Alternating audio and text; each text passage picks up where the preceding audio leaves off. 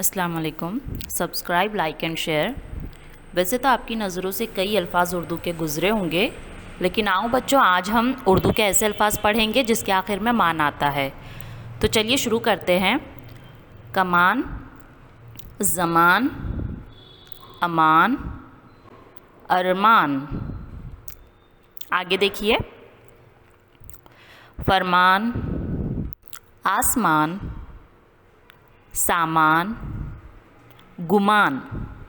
बगौर देखिए, हर लफ्ज़ के आखिर में क्या आ रहा है? मान, है ना। दरमान, उस्मान, नौमान, फहमान। चंद अल्फाज और देखते हैं हम, पढ़िए मेरे साथ। मुसलमान, रहमान, लुकमान और पशेमान।